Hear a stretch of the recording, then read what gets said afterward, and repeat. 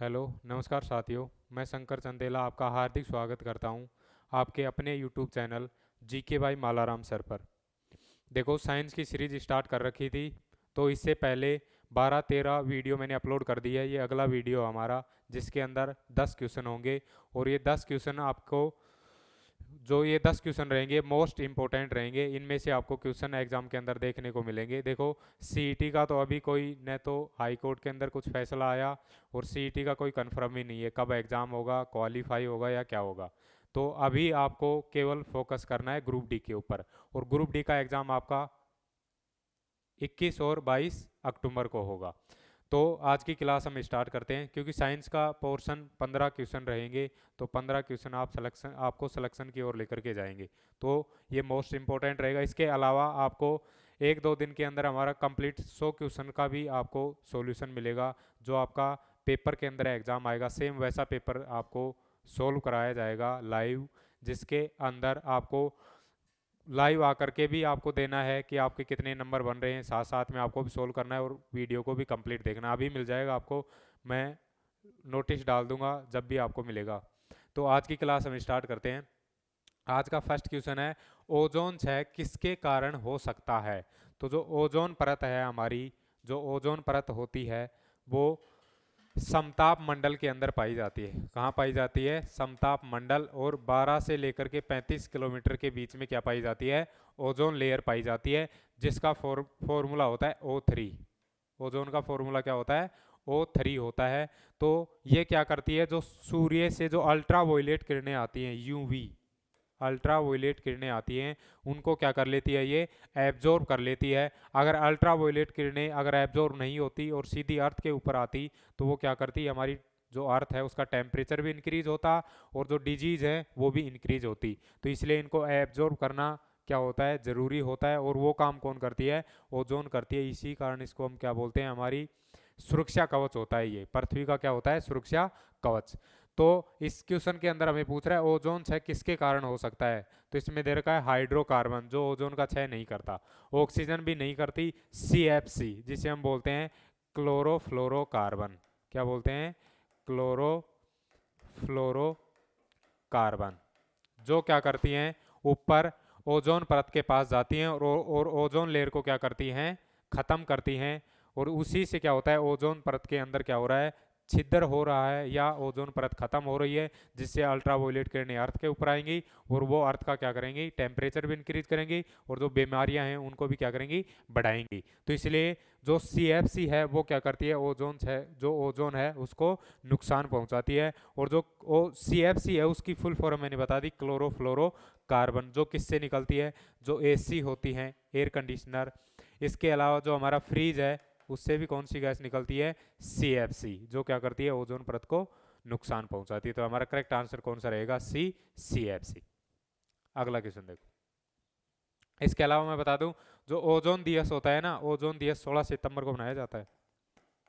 कि अगर आपको क्वेश्चन मिल जाए, तो ओजोन दिवस कब मनाया जाता है? 16 सितंबर को। देखो अगला क्वेश्चन। एक पोषी स्तर से दूसरे पोषी स्तर तक औसतन कितनी ऊर्जा स्थानांतरित होती है? तो आपने सुना होगा, एक तो होते हैं उत्पादक। क्या होते हैं? उत्पादक। और उत्पादक किसे बोलते हैं? जो खुद का भोजन खुद ही बनाते हैं, स्वयं क्या बनाते हैं? अपना भोजन। जैसे पेड़ पौधे हो गए। पेड़ पौधे क्या करते हैं? जो फोटोसिंथेसिस होती है, प्रकाश संश्लेषण की प्रक्रिया होती है, उसमें क्या करते हैं?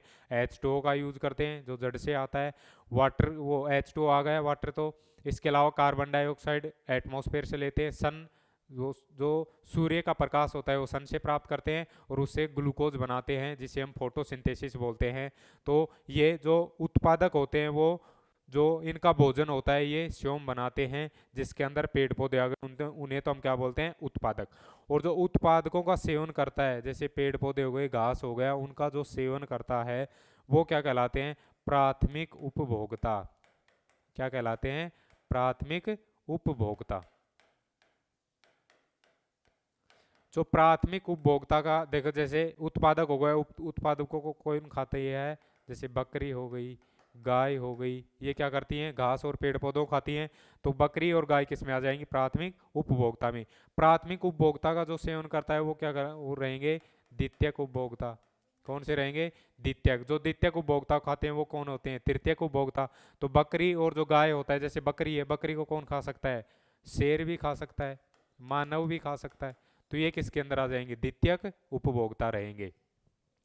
तो जो उत्पादक होते हैं इन्हें हम क्या बोलेंगे, प्रथम स्तर, क्या बोलते हैं, प्रथम स्तर बोला जाएगा। ये कौन सा रहेगा, तृतीय स्तर हो जाएगा। ये कौन सा हो जाएगा, तृतीय स्तर। तो यही होते हैं स्तर, जैसे उत्पादक हो गया प्रथम स्तर हो गया, प्राथमिक उपभोक्ता क्या रहेंगे, द्वितीय स्तर। और जो द्वितीयक उपभोक्ता होते हैं वो कौन सा होता है, तृतीय स्तर होता है। तो इस क्वेश्चन में हमें ये पूछ रखा है कि जो एक स्तर रहेगा उससे दूसरे स्तर के अंदर हम जाते हैं तो ऊर्जा का कितना क्या होता है, इसमें ट्रांसपेरेंट होता है। तो 10% ऊर्जा क्या होती है, स्थानांतरित होती है। कितनी होती है, 10%। कितनी होगी, 10%। तो हमें क्वेश्चन में दे रखा है एक पोषी स्तर से दूसरे पोषी स्तर तक औसतन कितनी ऊर्जा स्थानांतरित होती है, तो वो कितनी होती है, केवल 10% होती है। तो करेक्ट आंसर कौन सा रहेगा हमारा, बी। देखो अगला क्वेश्चन देखते हैं। अगला क्वेश्चन हमें दे रखा है, निम्नलिखित में से कौन पारितंत्र का है अजैव घटक नहीं है। देखो पारितंत्र है लेकिन अजैव घटक नहीं है, इसका मतलब जैव घटक है। तो एक तो होता है जैव घटक और एक होते हैं अजैव घटक। जैव का मतलब आपको समझना है कि जिसके अंदर जीवन हो, और अजैव घटक जो मर्त होते हैं। कैसे होते हैं, मर्त। तो जिनके अंदर जीव होता है वो तो जैव घटक के अंदर आएंगे, और जो मर्त होते हैं वो किसके अंदर आएंगे, अजैव घटक के अंदर आएंगे। अगर अजैव घटक की अगर मैं बात करूं तो ताप हो गया, वायु हो गई, पत्थर हो गया, पानी जल हो गया, ये सभी किसके अंदर आएंगे, अजैव घटक के अंदर। और जैव घटक के अंदर क्या आएंगे, जैसे पेड़ पौधे हो गए, जीव जंतु हो गए, जीवाणु हो गए, बैक्टीरिया, ये सभी किसके अंदर आते हैं, जैव घटक के अंदर आएंगे। तो पारितंत्र के अंदर एक जैव घटक होता है, दूसरा अजैव घटक। अजैव घटक के अंदर जो मर्त होते हैं जैसे ताप, वायु, पत्थर, जल हो गया। जैव घटक के अंदर जिनके अंदर जीव होता है, पेड़ पौधे हो गए, जीव जंतु हो गए और जीवाणु हो गए। तो हमें दे रखा है निम्नलिखित में से कौन पारितंत्र का है अजैव घटक नहीं है। अगर अजैव घटक नहीं है तो क्या रहेगा, वो जैव घटक रहेगा। तो जैव घटक के अंदर क्या आना चाहिए, पेड़ पौधे, जीव जंतु और जीवाणु होना चाहिए। तो हमें क्या दे रखा है, वायु। वायु क्या होता है, अजैव घटक होता है। ताप भी क्या होता है, अजैव घटक। वर्षा भी क्या होती है, अजैव घटक। लेकिन पौधे क्या होते हैं, जैव घटक होते हैं। तो हमें ये पूछ रखा है कि अजैव घटक नहीं है। तो अजैव घटक नहीं रहेगा तो कौन सा रहेगा, जैव घटक। और जैव घटक केवल एक ही है, पौधा। तो पौधे क्या रहेंगे, जैव घटक। तो हमारा करेक्ट आंसर रहेगा डी। और जो ऊपर दे रखे हैं वायु, ताप और वर्षा, ये तीनों क्या होते हैं, अजैव घटक होते हैं। तो आपको ये दोनों घटक ध्यान रखने हैं। आप इस बार आपको पूछा है कि अजैव घटक नहीं है, हो सकता है पूछ सकता है कि अजैव घटक कौन से हैं, या फिर पूछ सकता है कि जैव घटक नहीं है। तो कैसे भी क्वेश्चन पूछे आपको आंसर देना है इसका। देखो अगले क्वेश्चन पे चलते हैं। अगला क्वेश्चन दे रखा है हमारा 4th नंबर, निम्नलिखित में से कौन सी ग्रंथि हार्मोन और एंजाइम दोनों स्त्रावित करती है। तो हमारे शरीर के अंदर एक ग्रंथि होती है जो हार्मोन भी स्त्रावित करती है और एंजाइम भी स्त्रावित करती है। तो वो कौन सी होती है, अग्नाशय होती है। कौन सी होती है, अग्नाशय ग्रंथि। तो ये ध्यान रखना आपको कि जो अग्नाशय ग्रंथि होती है वो दोनों की तरह बिहेव करती है। वो हार्मोन्स भी सिक्रेशन करती है, हार्मोन भी स्त्रावित करेगी और एंजाइम्स भी। तो आपको ध्यान रखना है, अग्नाशय ग्लैंड एक ऐसी ग्लैंड है जो हार्मोन भी स्त्रावित करती है और एंजाइम भी। देखो अबे हमें ऑप्शन कौन कौन से दे रखे हैं। देखो एक तो दे रखा है आउटू, जिसे हम बोलते हैं थायराइड ग्रंथि। थायराइड का दूसरा नाम क्या होता है, आउटू। प्राउटू को क्या बोलते हैं हम, पैराथायराइड। पैराथायराइड। तो ये ध्यान रखना है, कभी आप आउटू देख करके घबरा दो। आउटू किसको बोलते हैं हम, थायराइड ग्लैंड को। पराउटू पैराथायराइड को। अधिवृक्क क्या होती है, जो वृक्क के ऊपर होती है, जिसे हम बोलते हैं क्रो या मरो वाली ग्रंथि, वो कौन सी होती है, अधिवृक्क। क्योंकि जब हमें क्या होता है, जब क्या करते हैं हम क्रोध में होते हैं या फिर हमें डर लगता है, तो तब कौन सी ग्रंथि काम करती है, अधिवृक्क ग्रंथि करती है। और लास्ट में दे रखा है हमें अग्नाशय। अग्नाशय क्या होती है, एंजाइम भी स्त्रावित करती है और हार्मोन। तो हमारा करेक्ट आंसर कौन सा रहेगा, डी। देखो अगला क्वेश्चन। अगला क्वेश्चन हमें दे रखा है मादाओं में अंड का निषेचन होता है। तो मादाओं के अंदर जो अंड होता है उसका निषेचन कहाँ होता है? तो देखो, जो मादा होती है, एक नर होता है, नर से तो क्या होते हैं, शुक्राणु आते हैं। क्या आते हैं? शुक्राणु। और मादा से अंडाणु। तो जो शुक्राणु और जो अंडाणु होते हैं इनका आपस में मिलन कहाँ होता है? फ्लोपियन ट्यूब के अंदर। कहाँ होता है? फ्लोपियन ट्यूब, जिसे हम क्या बोलते हैं? अंडवाहिनी। क्या बोलेंगे? अंडवाहिनी भी मिल सकता है आपको, फ्लोपियन ट्यूब भी मिल सकता है। तो जो मादा होती है उससे क्या बनता है? अंडाणु। नर से क्या बनेगा? शुक्राणु। और इन दोनों का मिलन कहाँ होता है? फ्लोपियन ट्यूब या अंडवाहिनी के अंदर। और फिर उसके बाद में ये कहाँ जाते हैं? गर्भाशय के अंदर जाते हैं। वहाँ पर क्या होता है? फिर जो युग्मनज रहेगा उसकी वृद्धि होती है। और फिर जैसे ही 9 महीने होंगे उसके बाद में क्या होता है? कंप्लीट शिशु बन जाता है और उसका क्या हो जाता है? उसका जन्म हो जाएगा। तो इसमें दीर्घा में, अंडाशय में, अंडवाहिनी में, गर्भाशय में, योनि में। तो जो अंड का निषेचन रहेगा वो कहाँ पर होता है? अंडवाहिनी में। अंडवाहिनी के अलावा आपको फ्लोपियन ट्यूब भी मिल सकता है। क्या मिलेगा? Fallopian tube. तो दोनों आंसर सही रहेंगे, या तो फ्लोपियन ट्यूब भी मिल सकता है या अंडवाहिनी, जो हमारा क्या रहेगा? Correct answer. जो अंडवाहिनी में क्या होता है? अंडाणु और शुक्राणु आपस में मिक्स होते हैं, जिससे क्या बनता है? युग्मनज बनता है। अंडाणु और शुक्राणु अगर दोनों मिक्स होंगे तो इनसे क्या बनता है? युग्मनज। क्या बनता है? युग्मनज। और यही फिर आगे ग्रोथ करता हुआ क्या बना लेता है? भ्रूण बनाता है। देखो अगले क्वेश्चन पे चलते हैं। अगला क्वेश्चन हमें दे रखा है वे रुधिर वाहिकाएं हैं जो रुधिर को हृदय से शरीर के विभिन्न अंगों तक ले जाती हैं। देखो हमारा हार्ट होता है, जो हृदय रहेगा, हृदय से क्या होता है? जो ब्लड रहेगा वो कहाँ जाता है? हमारी बॉडी, पूरे शरीर के अंदर जाता है। तो शरीर के अंदर कौन लेकर के जाती हैं? धमनी लेकर के जाती हैं। क्या लेकर के जाती हैं? धमनियाँ। जैसे फिर बॉडी के अंदर जो ब्लड होता है उसके अंदर क्या मिक्स हो जाती है? CO2, carbon dioxide. फिर वो क्या हो जाता है?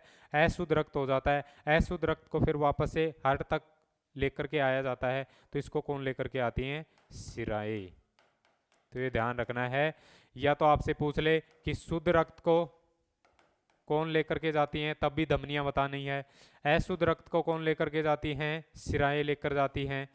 या फिर आपसे पूछ ले कि हार्ट से अंगों तक ब्लड को या रक्त को कौन लेकर के जाती हैं, तो धमनियां लेकर जाती हैं। तो हमें दे रखा है वे रुधिर वाहिकाएं जो रुधिर को हृदय से शरीर के विभिन्न अंगों तक ले जाती हैं, तो वो कौन सी लेकर के जाती हैं? धमनी। कौन लेकर जाती हैं? धमनी। शिराएं तो क्या करती हैं? बॉडी से, जो अंगों से जो ब्लड होता है उसको वापस हृदय तक लेकर के आती है। आलिंद और निलय क्या होते हैं? ये हार्ट के अंदर ही होते हैं। ऊपर जो रहेगा हार्ट के अंदर वो आलिंद होते हैं, नीचे क्या होता है? निलय। बायां और दायां दोनों होते हैं। इसीलिए तो बोला जाता है कि हार्ट के अंदर क्या होते हैं? 4 चैम्बर होते हैं, 4 कक्षीय होता है मानव का हृदय। तो ये ध्यान रखना आपको। हार्ट से बॉडी तक जो ब्लड जाता है वो कौन लेकर के जाती है? धमनी लेकर के जाती है। देखो अगले क्वेश्चन पे। अगला क्वेश्चन हमें दे रखा है कि मैंडलीफ की आवर्त सारणी में तत्वों के वर्गीकरण का आधार था। देखो जो मैंडलीफ है, मैंडलीफ ने जो आवर्त सारणी दी तो इसने आधार रखा था परमाणु द्रव्यमान। क्या रखा था? परमाणु द्रव्यमान, जो ज़्यादा सक्सेस नहीं हुआ। फिर इसके बाद में आए मोजले। कौन आए? मोजले, जिसने क्या दी? आधुनिक आवर्त सारणी, मॉडर्न पीरियोडिक टेबल। क्या दी?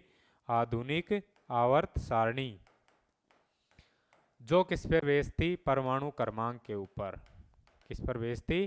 परमाणु क्रमांक। तो आपको ध्यान रखना है, मैंडलीफ की पूछ ले तो परमाणु द्रव्यमान, जिसे हम बोलते हैं एटॉमिक मास। क्या बोलेंगे? Atomic mass.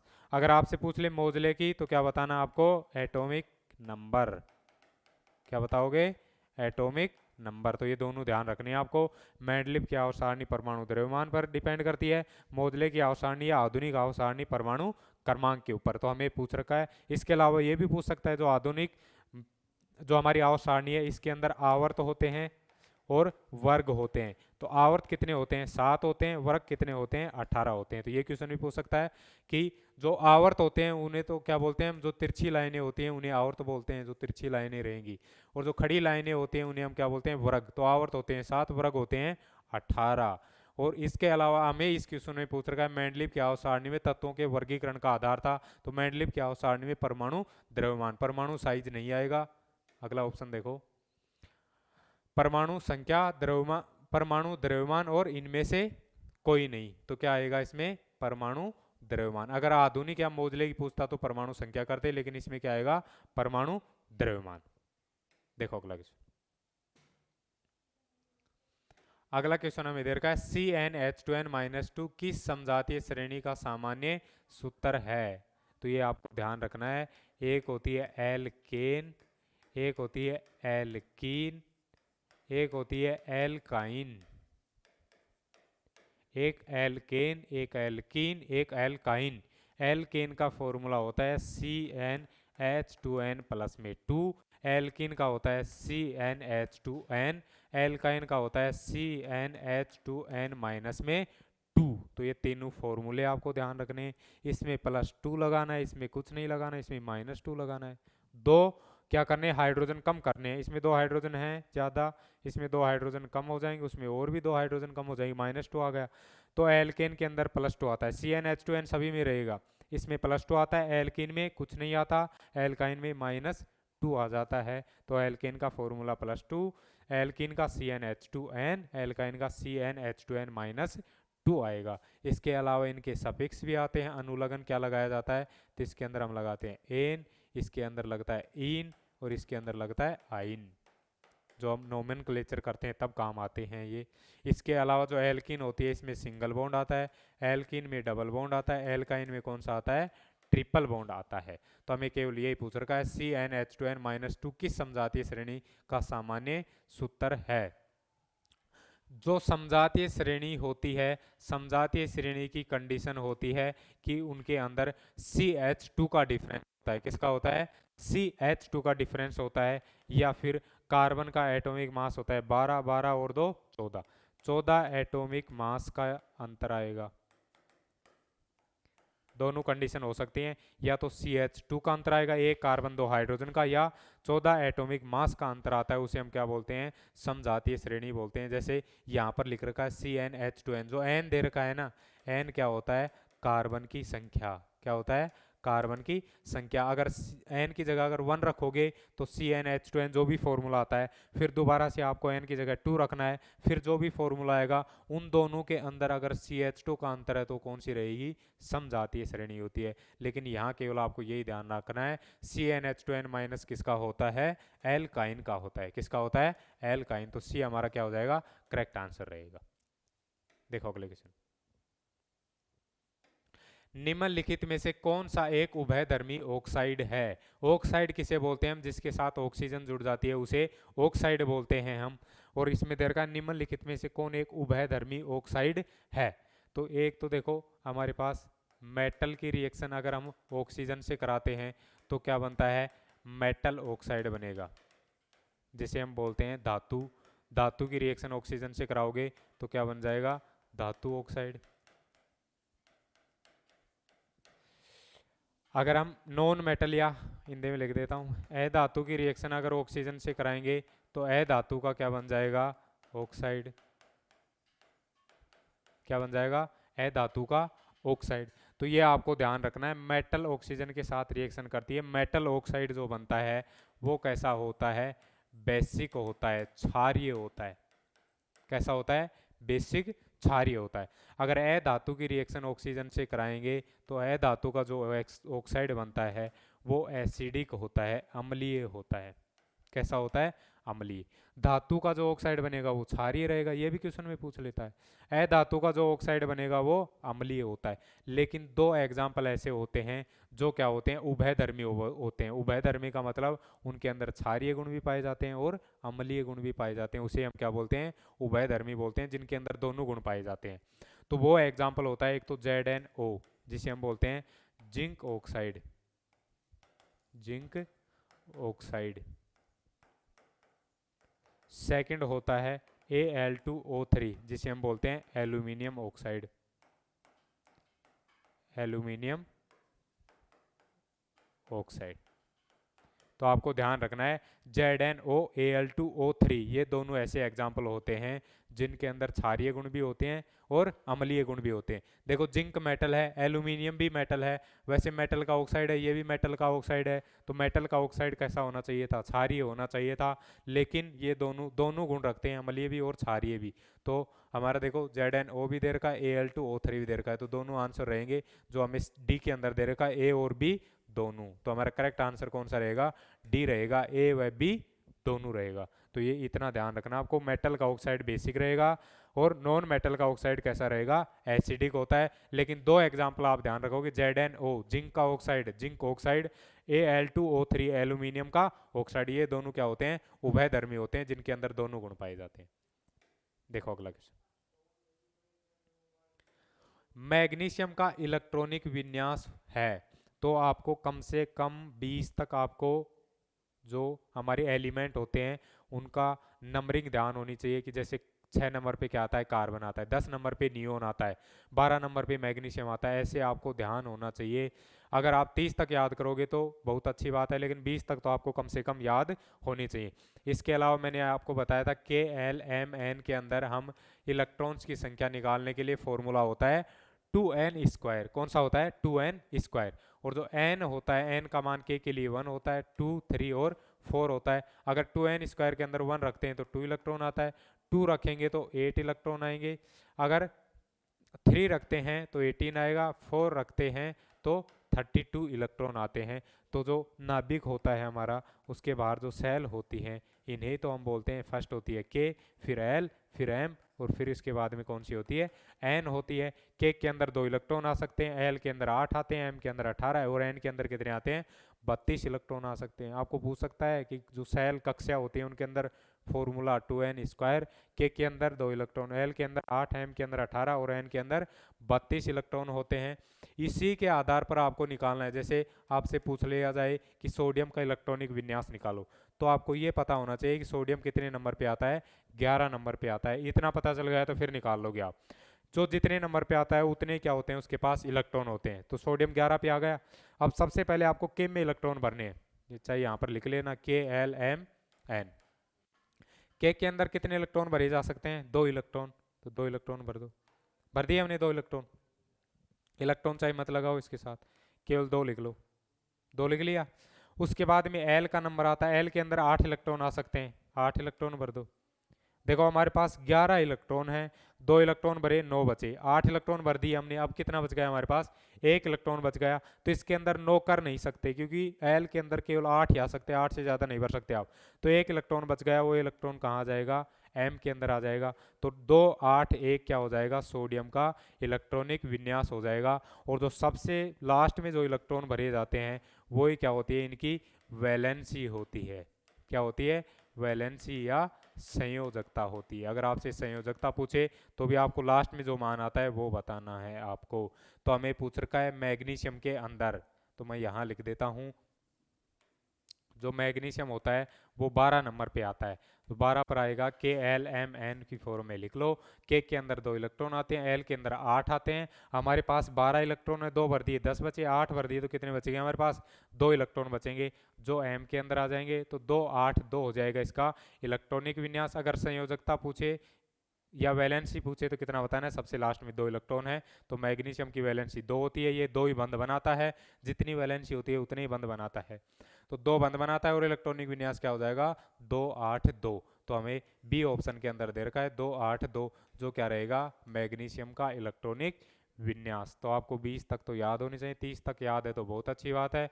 अगर ये याद रहेगा फिर आप KLM की फॉर्म में लिख लेना, 2n² से 1, 2, 3, 4 मान लिखना है। 2 होते 8 होते 18 और 32, उसके आधार पर लिखते जाओ। जैसे 12 है, 2, 8 भर दिए हमने, 10 हो गए, 2 बचे तो 2 लास्ट में लिख दिए। लास्ट में आते हैं वही वैलेंसी या संयोजकता होती है, उतने ही बंद बनाता है और यही क्या रहेगा? इसका इलेक्ट्रॉनिक विन्यास रहेगा। तो हमें यही दे रखे हैं। इसके अलावा लास्ट ऑप्शन 285, 283, 282, 281, तो कौन सा रहेगा हमारा? बी ऑप्शन क्या रहेगा? करेक्ट आंसर रहेगा। तो आज के हमारे 10 क्वेश्चन यही रहेंगे और मैंने बता दिया आपको कि कल आपको मिल जाएगी वीडियो जिसके अंदर हम कंप्लीट 100 क्वेश्चन कराएंगे। इसके अलावा अगर आपको कोई किसी प्रकार की दिक्कत है तो आप कमेंट बॉक्स के अंदर कमेंट कर सकते हो। अगर आपको समझ में नहीं आ रहा है या फिर अगर आपका कोई पर्सनल टॉपिक है वो भी आप बता सकते हो। इसके अलावा हमारे channel GK by Malaram sir को आपको ज़्यादा से ज़्यादा लाइक शेयर और सब्सक्राइब करना है। Thank you so much.